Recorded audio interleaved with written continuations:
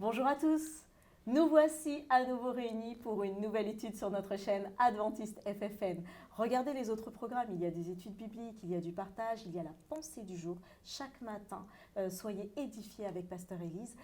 Il y a des programmes pour chacun. Mais plus que tout, abonnez-vous et partagez.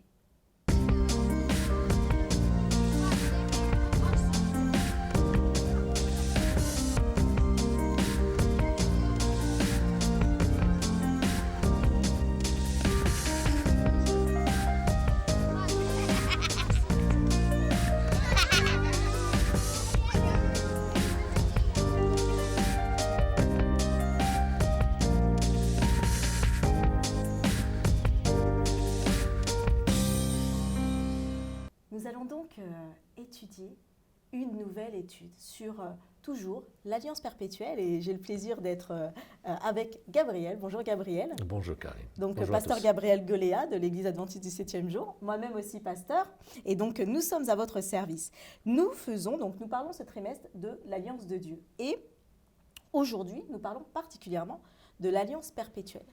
Gabriel, je vais prier avant de commencer pour ce thème qui devrait être très pratique. Éternel notre Dieu, tu vois, Père, que nous venons à toi pour pouvoir comprendre, pour pouvoir être éclairés et dirigés par ton esprit. Alors Seigneur, merci encore pour la grâce que tu nous fais de pouvoir étudier ce qui pour toi semble du commun, mais qui pour nous, Père, semble tellement loin parfois de notre réalité. Mets en nous, Seigneur, ta pensée, mets en nous cet esprit. Et Seigneur, éclaire-nous, non pas simplement pour que nous puissions le dire, mais que nous puissions le vivre à chaque instant.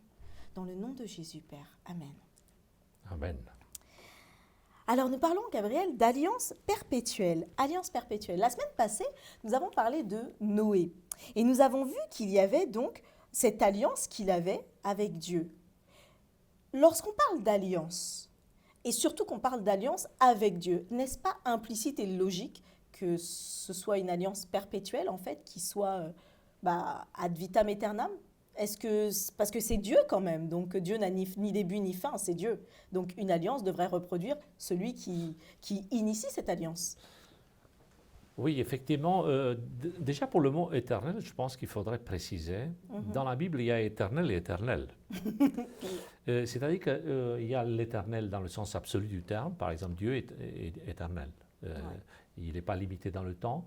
Mais il y a aussi éternel dans le sens, le maximum de la durée prévue pour cela. Je prends un exemple. À la fin de la Bible, à la fin du Nouveau Testament, dans une épître, Jude, petite épître, il y a un verset qui rappelle ce qui s'est passé à l'époque de Sodome et Gomorrhe, lorsque Dieu a détruit des villes. Et il est dit que le feu éternel de ces villes, on le voit encore. Et quand ça a été écrit, ce premier siècle, il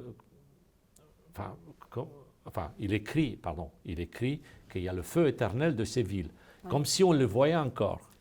Alors que si c'est éternel et qu'on voit encore, c'est bizarre. On devrait le voir même aujourd'hui, sauf que c'est pas. Ça devrait continuer. Dans ces termes. Voilà. Et justement, le feu n'existait plus à l'époque, mais il est nommé éternel.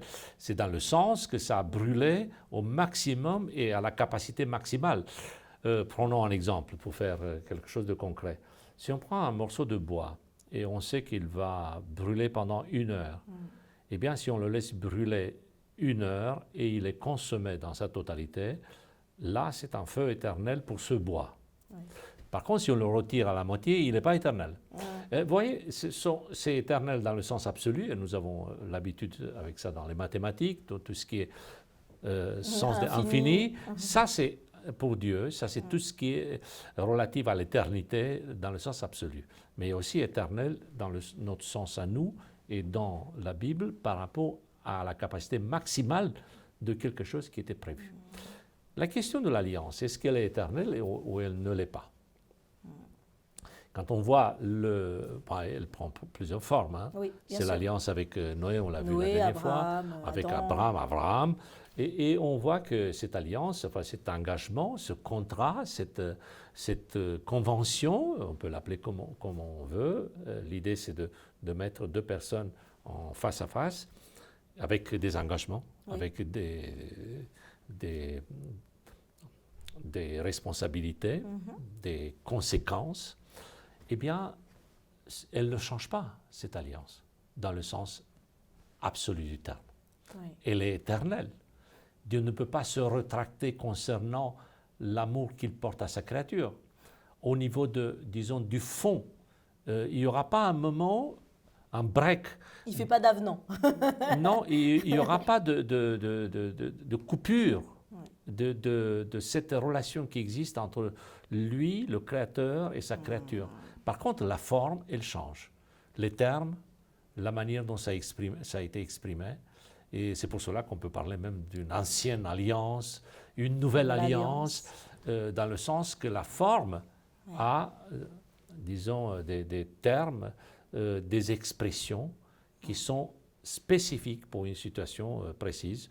On peut parler des animaux, du bétail, etc., parce que c'était à l'époque où il y avait du bétail. Aujourd'hui, je pense qu'il faudrait parler dans d'autres termes. Oui. La nature, plus ample, avec d'autres formulations, pour dire, et c'est ça que nous devons garder en mémoire, nous avons un Dieu qui est perpétuel, qui est éternel, qui a le même projet, sauver sa créature. Et d'ailleurs, c'était beau ce que tu disais par rapport à l'éternel, parce qu'il y a cette notion, même dans l'éternel, dans nos traductions françaises, parfois, en fait, Dieu est traduit comme l'éternel, ce j'existe. En fait, comme tu dis, c'est l'essence même, le maximum dans quelque chose que nous, humains, ne pouvons pas concevoir, en fait. C'est l'éternel, en fait. Et alors, on va justement continuer par rapport à cette alliance, et on va prendre cet exemple donc d'Abraham, qui à l'époque était Abraham, donc Abraham qui était appelé Abraham. Alors que Dieu donc le rassure en lui disant qu'il va le bénir par une postérité, Dieu se présente à lui et lui dit, dans Genèse 15, alors on va prendre Genèse 15, verset 7. Est-ce que Gabriel, tu peux lire, s'il te plaît, Genèse 15, verset 7. Il lui dit, je suis le Seigneur, ou le tétragramme sacré, les 4 lettres sacrées, c'est moi qui t'ai fait quitter Ur des Chaldéens pour te donner ce pays en possession. Et puis Abraham répondit, Seigneur. Oui, alors justement, on va s'arrêter juste là, parce que on a parlé de l'éternel et tu avais déjà présenté ces dimensions. Là, je viens d'en parler un petit peu. Mais quelle différence doit faire... Alors moi, quand je me présente à toi, je dis, voilà, je suis Karine. Bah, ok, c'est bien, c'est ton nom. C'est comme ça que tu t'appelles. Ok, je saurais que tu t'appelles Karine. L'éternel fait la même chose vis-à-vis d'Abraham. Il lui dit, je suis l'éternel. Mais on sent que si Dieu se présente en disant ce nom-là, c'est que ça doit créer quand même une différence pour lui. Alors je te demande l'explication parce que ça paraît peut-être un peu loin de notre réalité. Tu vois, c'est comme si c'était un nom qu'il donne. Il y a quand même quelque chose de plus profond et tu l'as dit un petit peu en le lisant, le tétragramme, etc. Tu peux nous expliquer ça, s'il te plaît? Alors rapidement, d'abord, l'histoire des noms dans la Bible, elle est assez intéressante. Je commence là aussi par la réalité. Aujourd'hui, quand on donne des noms à nos enfants, quels sont les critères? Il faut que ce soit un prénom le plus unique possible, le plus sympathique. Il y a même des parents qui inventent des prénoms. Oui, c'est vrai. Ils coupent des syllabes, ce qui fait un petit casse-tête aux fonctionnaires parce que c'est 2 L, 3 L, enfin un Y, un Z. Et parfois, il y a des prénoms qui sont complètement difficiles à prononcer. Donc, ce sont les critères de la modernité. Le goût, l'histoire personnelle. Dans l'Antiquité, et notamment dans l'Antiquité biblique, les critères étaient complètement différents. À savoir, une naissance était en lien avec une expérience avec Dieu. Soit passé, soit à l'avenir. Autrement dit, il y avait une sorte de, vous comprenez le mot, prédestination, enfin un emballage qui formatait une personne pour une trajectoire. Je précise, pas prédestination dans le sens théologique du terme, mais dans le sens que la personne n'avait quasiment pas le choix de son profil, de sa personnalité, parce qu'elle était déjà dans une trajectoire. Si elle s'appelait El Malek, par exemple, c'est Dieu qui est mon roi. C'est clair que c'est dans une période, c'est la période post-juge, quand une famille se positionnait s'il était favorable à la monarchie ou il ne l'était pas. Donc forcément, l'enfant, il était pour le roi d'en haut, pas pour le roi qui va venir. Donc on voyait un petit peu le côté politique de la chose. La personne était pro-monarchie, mais monarchie divine. La théocratie, autrement dit. Pas pour le roi qui devait s'installer. Et ainsi de suite. On voit ça avec Abraham, lui-même, il se voit changer le nom. On voit ça avec d'autres personnes de la Bible dont le nom signifie quelque chose. Et puis, nous arrivons aussi avec le nom de la divinité. Et c'est vrai que c'est un sujet extrêmement complexe. Les linguistiques, les spécialistes, je pense que c'est un sujet qui mérite vraiment une étude à part. C'est pour dire que dans ce monde sémitique, où on a des traces, des petites lettres, des petites racines, on essaie d'identifier quel groupe, quel peuple utilisait tel ou tel terme, tel ou tel mot. Pourquoi? Parce qu'à un moment donné, il y avait des divinités, il y avait disons, une façon multifacette pour adorer les divinités. On sait qu'il y avait les Babyloniens, il y avait d'autres peuples qui étaient autour du peuple d'Israël. Mais dans la Bible, on voit un Dieu qui se présente comme étant Elohim au départ. Un Dieu qui est sous un nom pluriel, mais qui est un seul quand même. Fait. Eh bien, et à un moment donné, à chaque étape de la vie des hommes, il mentionne une particularité en lien avec quelque chose de fort. Par exemple, El Shaddai, c'est par rapport à la question de la puissance. À la question d'une intervention directe. Les Juifs, même aujourd'hui, et je pense que cette pratique, nous pouvons l'adopter, nous l'avons déjà, à chaque fois quand il y a le nom sacré, ils ont remplacé par Adonai, qui veut dire le Seigneur, qui est un terme plutôt générique, plus large, et qui est rempli de respect par rapport à la personne de Dieu. J'ouvre ici une petite parenthèse, sans que ce soit une parenthèse polémique. Je ne crois pas que l'objectif d'un croyant, c'est d'arriver à tout prix à avoir le nom de Dieu. Ce qui est important, c'est de connaître ce Dieu qui s'adresse et comment il se présente, quelles sont ses caractéristiques. Il y a des croyants qui pensent que rien que de savoir son nom à lui, ça pourrait avoir une fonction de salut pour la personne, et ça ne suffit pas. On verra par la suite, et c'est là où il y a aussi un intérêt de comprendre le Nouveau Testament aussi. Ce qui est important, c'est que ce Dieu qui est un Dieu créateur, un Dieu puissant, un Dieu exceptionnel, eh bien, il s'incarne. Et on l'appelle Jésus, c'est le Fils que nous avons connu, enfin nous les humains, et qui est un nom important pour chacun d'entre nous.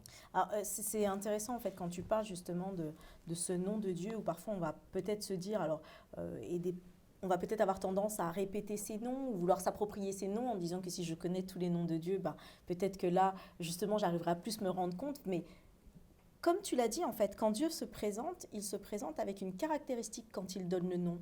Et donc, en fait, par rapport à une situation précise donc, qui reflète une partie de son caractère. Voilà, donc en fait, c'est là où on voit comment Dieu veut être proche de nous. Il ne veut pas qu'on soit dans la connaissance d'un nom pour connaître des noms, en fait, de Dieu. Il veut qu'on soit dans la pratique, dans le vécu, en fait, de ce qu'on vit avec lui. Et donc là, il se présente, en fait, à Abraham. Il lui dit donc cela. Voilà, je suis l'Éternel, donc celui qui existe, en fait, ce Tout-Puissant. Mais il va faire autre chose dans cette même partie, juste après, c'est qu'il va changer le nom d'Abraham. Et il va lui dire, donc Genèse 17... Donc Abraham était âgé de 99 ans, donc l'Éternel se présente à lui et lui dit « Je suis le Dieu tout-puissant. Marche devant ma face et sois intègre, j'établirai mon alliance entre moi et toi et je te multiplierai à l'infini. » Bon, Abraham tombera par terre et il va dire au verset 5 « On ne t'appellera plus Abraham, mais ton nom sera Abraham, car je te rends père d'une multitude de nations. » Pourquoi là, Dieu change un nom? Surtout qu'en plus, c'est quand même assez proche. Abraham. Pourquoi changer le nom? Quel est le but? Alors, effectivement, la capacité de résumer une situation à travers un nom, c'est vraiment quelque chose de génial. On ne peut pas avoir ça aujourd'hui, c'est très compliqué. Mais on résume une expérience. Et déjà par rapport à Dieu, c'est un Dieu puissant. Pourquoi? Parce qu'il y avait plein de dieux, avec un D minuscule, parce que le français le permet. Oui. Il y avait plein de dieux dans le monde où Abraham a grandi. Et on sait très bien qu'il est sorti de la Chaldée. Il est sorti parce que justement, il y avait plein de dieux. Et on se souvient que dans les écrits babyloniens, par exemple, le déluge était généré par la clameur des nations, parce que les peuples faisaient trop de bruit, et les dieux se sont énervés, et c'est comme ça qu'ils ont décidé de détruire la planète. Oublions, c'est une légende. Revenons à Dieu puissant. C'est comme ça qu'il se présente, parce que les autres ne sont pas puissants. Ce sont des divinités qui étaient trafiquées, qui étaient construites à travers de l'argile, le bois. Voilà, on voit plus tard dans l'Ancien Testament, il prend et puis il va adorer l'œuvre de ses mains. C'est possible, c'est paradoxal, mais c'est comme ça. L'homme fait son propre Dieu. Oui. Ça, c'est une réalité. La deuxième en face, effectivement, il lui dit, à partir d'aujourd'hui, tu t'appelles plus Abraham, mais Abraham. Effectivement, une petite différence qui n'est pas grande, mais qui change tout. Abraham a un peu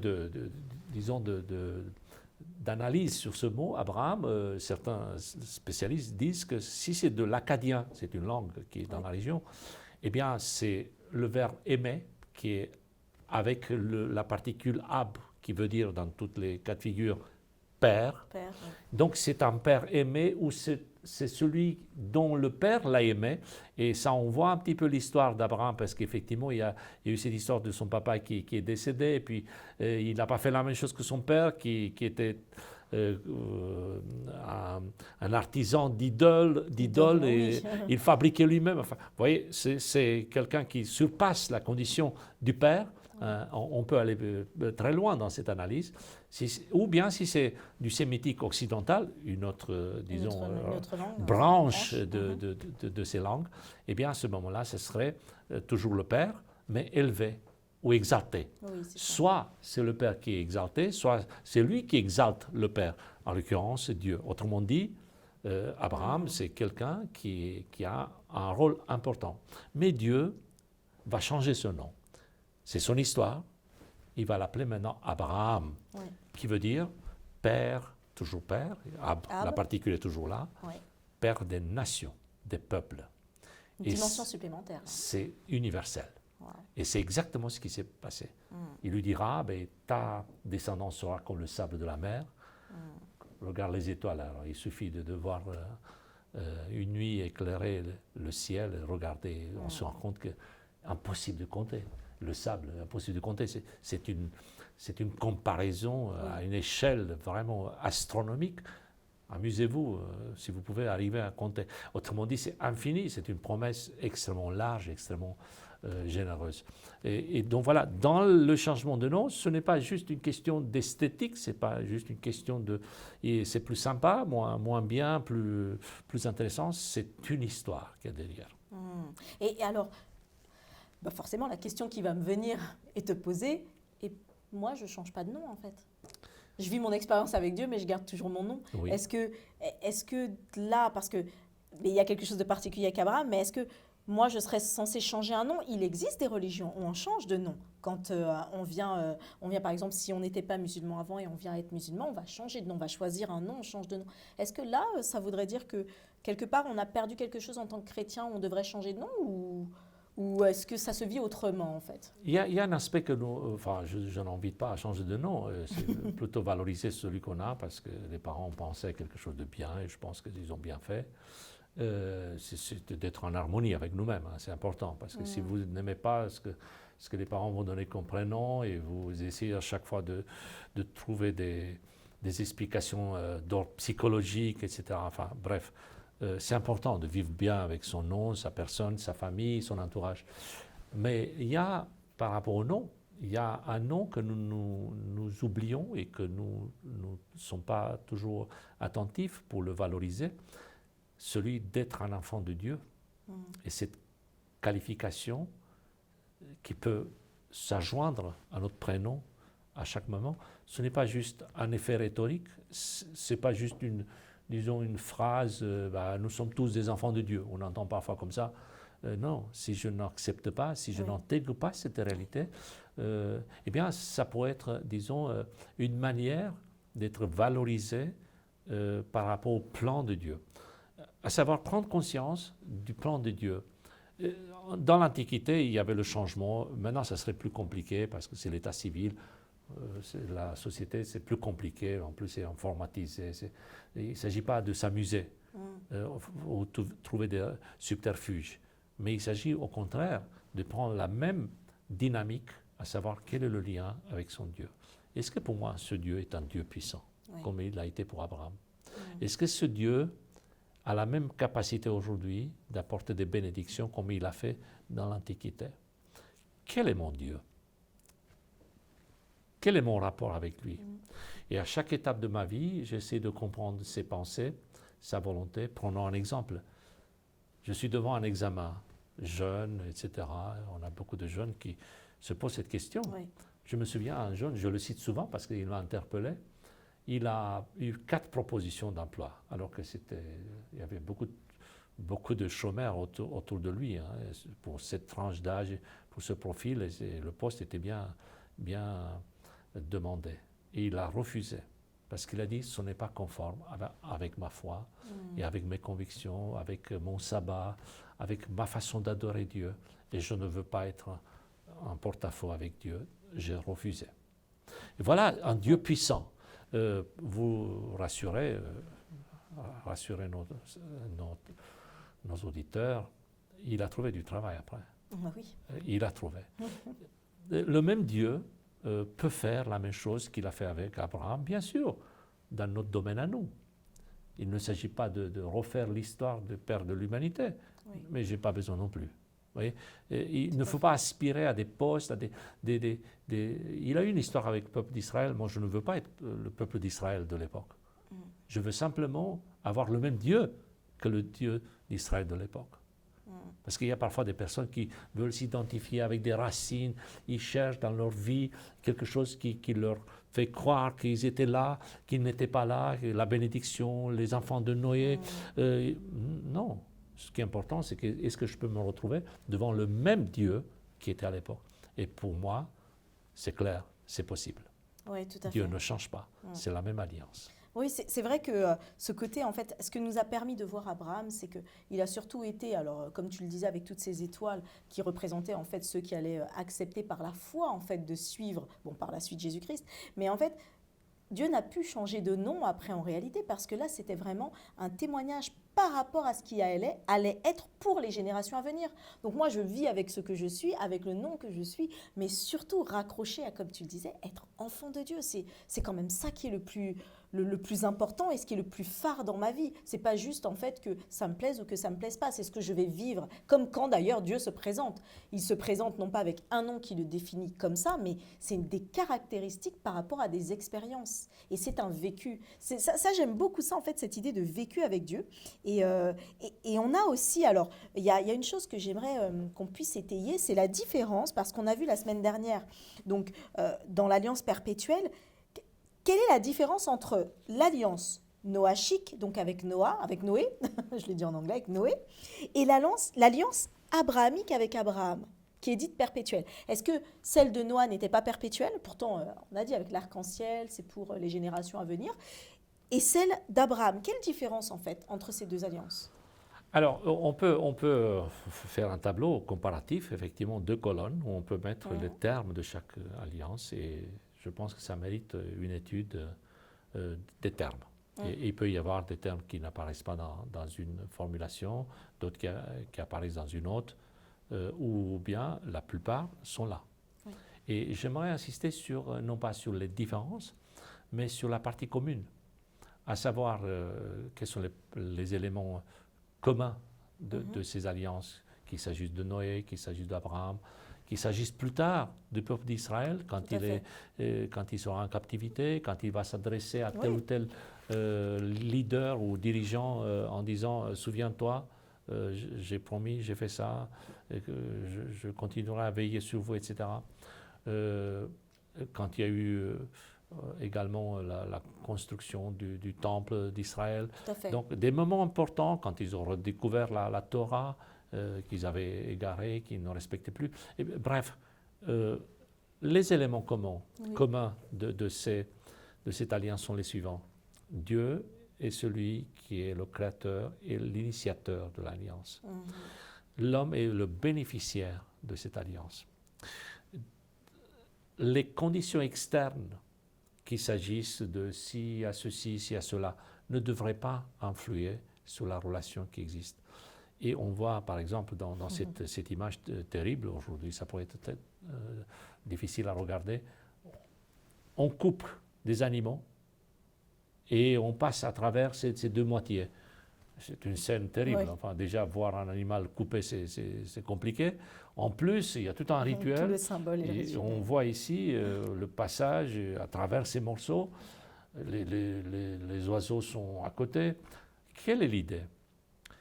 Quoi qu'il arrive, les deux moitiés seront ensemble. Et quoi qu'il arrive, personne ne pourra séparer.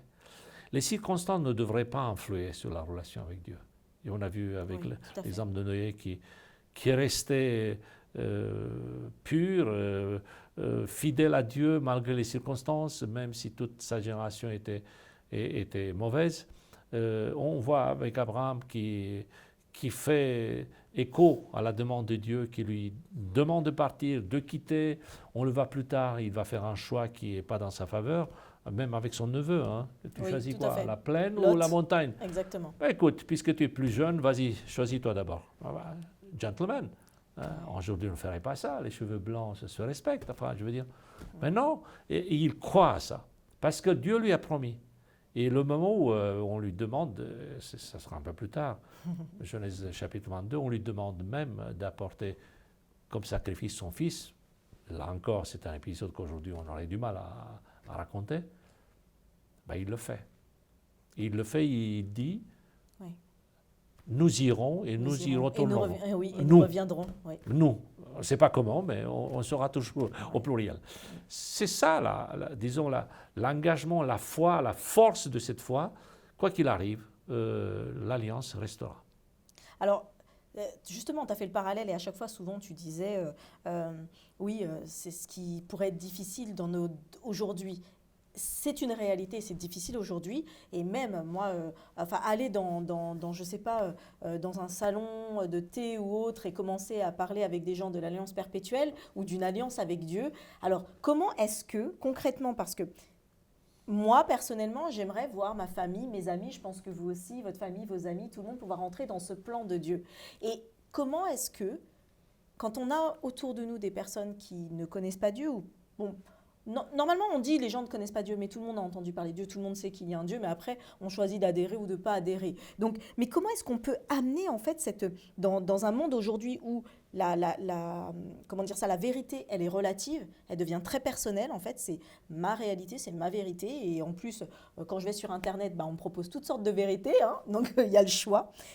Comment est-ce qu'on peut parler d'obéissance à Dieu? Parce que une des caractéristiques qu'il y avait qui était importante dans l'alliance qu'on a vue, que ce soit pour Noé ou pour Abraham, c'est que ils avaient cette obéissance. Ils ont écouté, ils ont suivi, voilà, comme tu disais, en fait, Abraham, il a suivi la voie, il a suivi la volonté de Dieu, il a suivi en fait les ordres de Dieu.